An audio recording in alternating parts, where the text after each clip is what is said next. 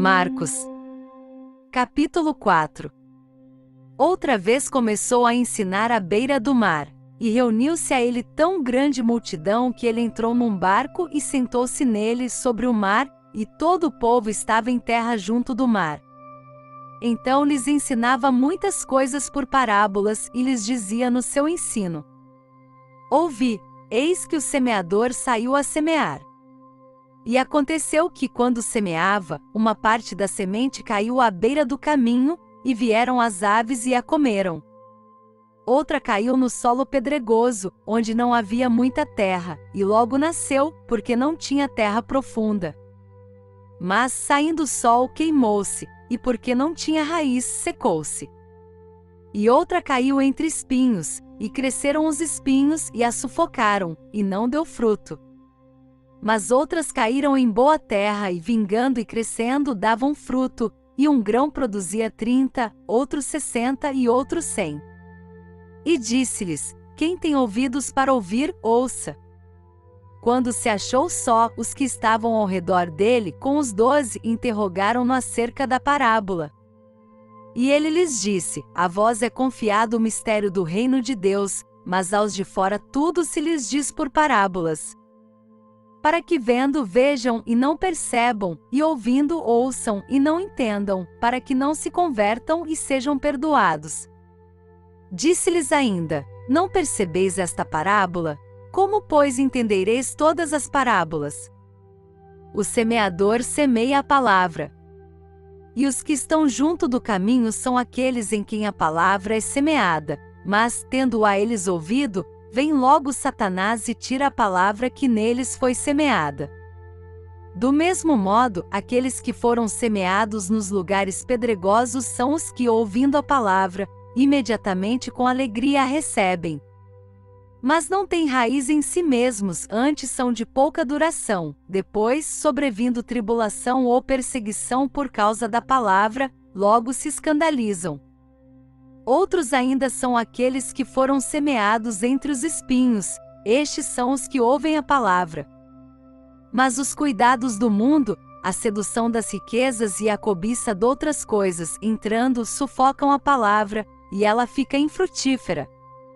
Aqueles outros que foram semeados em boa terra são os que ouvem a palavra e a recebem, e dão fruto, a 30, a 60 e a 100 por um. Disse-lhes mais: Vem porventura a candeia para se meter debaixo do alqueire, ou debaixo da cama? Não é antes para se colocar no velador?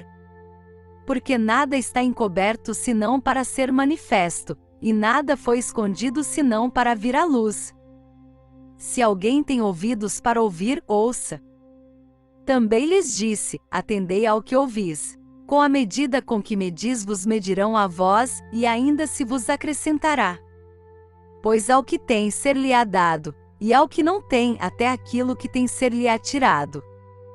Disse também: O reino de Deus é assim como se um homem lançasse semente à terra, e dormisse e se levantasse de noite e de dia, e a semente brotasse e crescesse, sem ele saber como.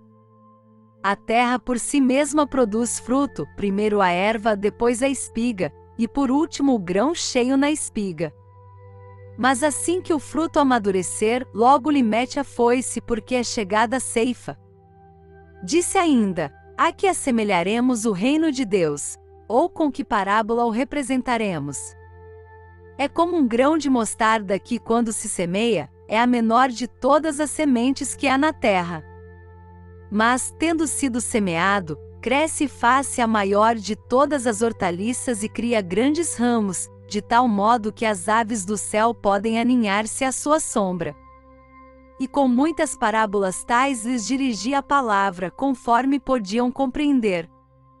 E sem parábola não lhes falava, mas em particular explicava tudo a seus discípulos. Naquele dia, quando já era tarde, disse-lhes: Passemos para o outro lado.